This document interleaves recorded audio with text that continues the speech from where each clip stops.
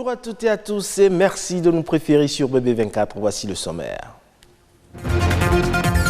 Aujourd'hui, la communauté musulmane célèbre l'Aïd el-Kébir, la Tabaski. Et si la fête est à l'abattage et à la consommation de la viande de mouton, attention aux troubles digestifs. Avant de voyager hors de nos frontières, elle est indispensable pour tout Béninois. La vaccination internationale préserve la santé du voyageur.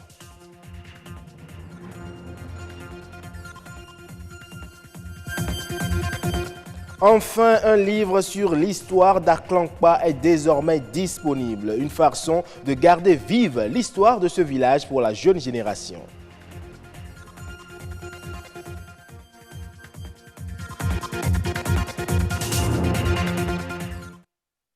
Je le disais à l'entame de ce journal, ce dimanche, la communauté musulmane célèbre l'Aïd el-Kébir, encore reconnu comme étant la Tabaski. À l'occasion, les fidèles musulmans étaient dès le matin à la place Idi pour la prière, après quoi ils doivent sacrifier à la tradition en immolant des bêtes en vue de se conformer aux exigences de leur religion.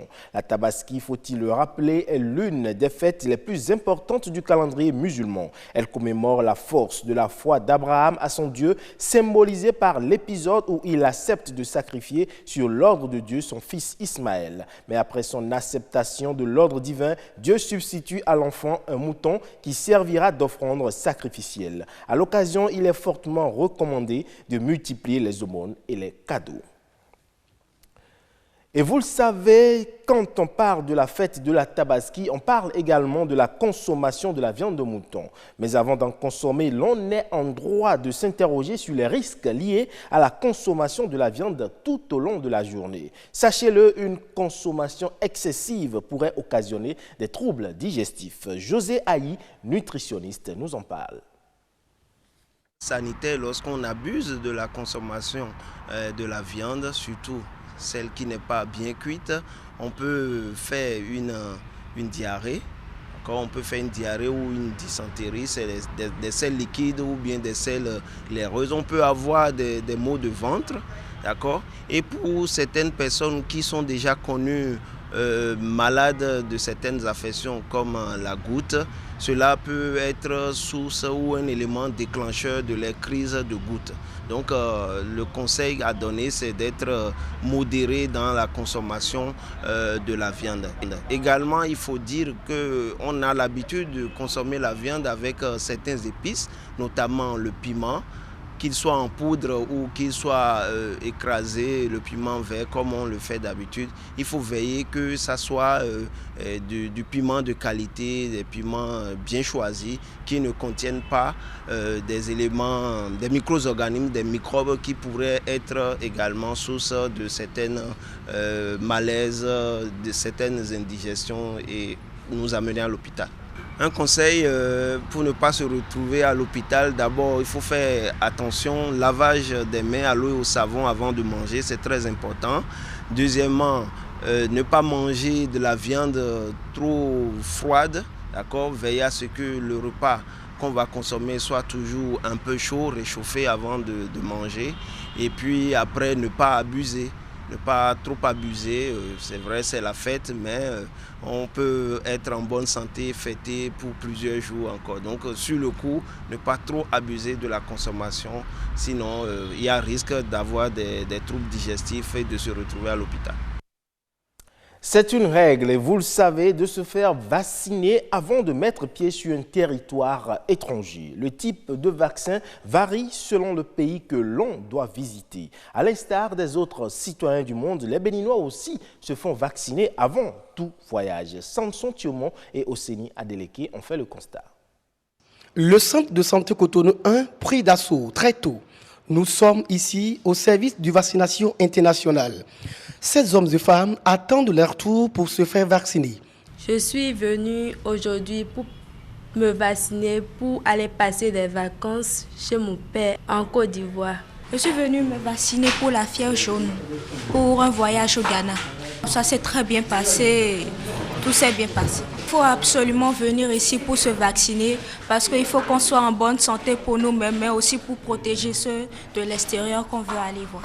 Il se conforme ainsi aux exigences du règlement sanitaire international qui voudrait que toute personne désireuse de se rendre à l'étranger se fasse vacciner. La vaccination internationale, comme toute vaccination, elle est importante en ce sens que, comme je l'ai dit, c'est pour la prévention des maladies, pour qu'en cas de contact avec les agents pathogènes de la maladie donnée, qu'on ne développe pas cette maladie. Donc, il faudrait que la population sache qu'il faut faire la vaccination au moins 2 semaines avant de voyager. Ce n'est pas au dernier moment qu'on fait la vaccination pour voyager parce que nous savons que les maladies se transmettent de par beaucoup de voies et quand on est en train de voyager un peu partout, on ne sait pas ce que l'autre a comme maladie. Il y a beaucoup de brassage lors des voyages. Il peut y avoir beaucoup de transmission de virus, d'agents pathogènes et on peut développer une maladie. La vaccination est donc le meilleur moyen pour être immunisé contre les maladies infectieuses et virales.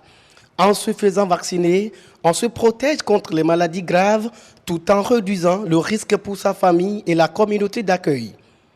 Il existe différents types de vaccins en fonction du pays de destination. Si quelqu'un veut voyager, de mettre en tête qu'il y a déjà les vaccins pour se faire voyager. Quels sont les vaccins?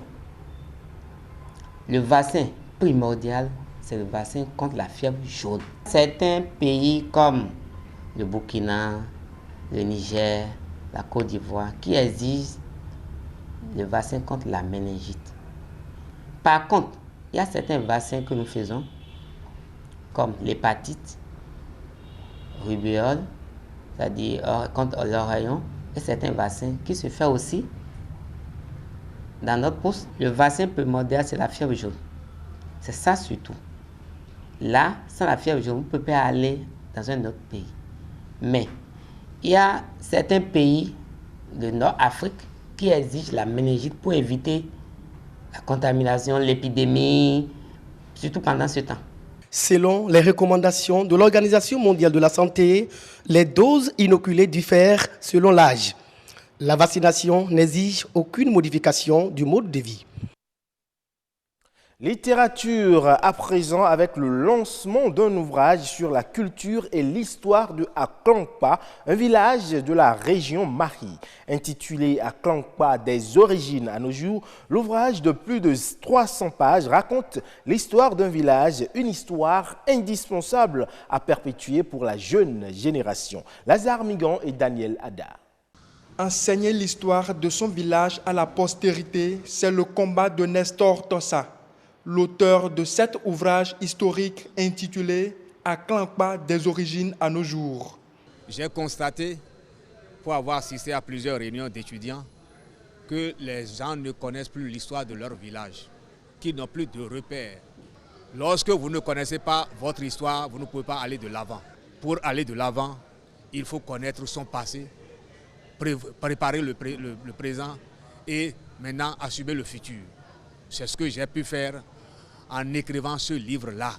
Ce livre de 335 pages reparti en 5 chapitres retrace les guerres de conquête livrées par les différents rois qui se sont succédés au trône du royaume d'Aklankpa et ses environs. Quand il y a eu l'attaque du roi Glélé, d'abord Clément, il a fallu nos chasseurs pour aller à la rescousse et repousser l'adversaire. C'est l'occasion pour les fils d'Aklankpa de mieux connaître leurs origines, leurs identités, mais aussi pour les villages et les royaumes environnants. Je pense que c'est quelque chose qui doit éclairer les disciplines d'histoire dans l'enseignement, et que ce soit au niveau primaire, secondaire et pourquoi pas supérieur. Aklankpa des origines à nos jours, c'est la vérité sur l'histoire d'Aklankpa qui est ainsi restituée. De quoi perpétuer la mémoire des combattants de ce village et leur rend hommage. Car un peuple sans histoire est comme un homme sans âme. Direction le Togo à présent pour relever qu'habituellement la période de mousson constitue la période propice pour la pêche. À l'occasion, les pêcheurs arrivaient à capturer différents types de poissons. Mais depuis quelques années, les données ont changé. Les activités de la pêche font face aux menaces du changement climatique. C'est un reportage signé de nos confrères de la TVT. Il sonnait environ 10h30 quand nous sommes arrivés au port de pêche de Lomé. Pendant que certains pêcheurs se préparent à aller sur la mer, d'autres par contre font leur retour avec leur capture. Ce matin, à part quelques petits poissons comme les anchois, la pêche a essentiellement donné des sardinelles. Jeudi, quand on avait allé, on a trouvé beaucoup plus de sardines. Période de la mousson là, on trouve beaucoup de poissons. Poissons comme les gros de papin et sardines, petits et autres là, on les trouve beaucoup. Mais aujourd'hui là, on n'a pas encore trouvé beaucoup de poissons. Mais demain, on va se voir comment ça va se passer. Habituellement, la période de mousson, marquée par une grande fraîcheur et des vents forts, constitue la meilleure saison pour la pêche. Mais ces dernières années, les choses vont autrement. Kodjo Govon pratique cette activité depuis plus de 30 ans déjà. Il nous explique pourquoi ce revirement de situation. La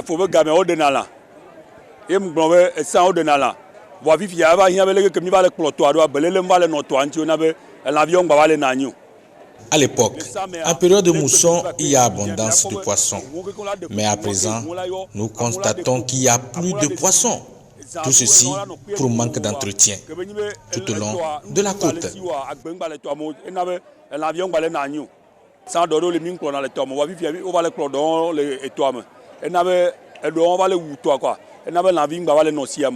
Juste à côté de ces centaines de pirogues, le marché aux poissons où exercent au quotidien des centaines de femmes. Elles viennent au port de pêche acheter ces produits qu'elles fument ou vendent frais aux consommateurs. Mais de plus en plus, les menaces climatiques influent sur leur commerce.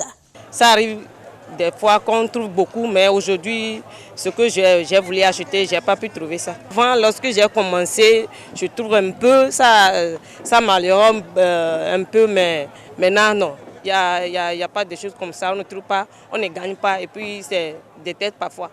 Normalement, ces temps-ci, on trouve un peu de poissons. Mais cette période-ci, vraiment, ça ne va pas. On lance un appel au gouvernement de nous aider pour pouvoir promouvoir la pisciculture. Au Togo, des actions ne manquent pas pour endiguer ou du moins limiter le phénomène. Des actions qui nécessitent donc d'être renforcées. C'est tout pour cette édition. Bonne fête de la Tabaski à toutes et à tous.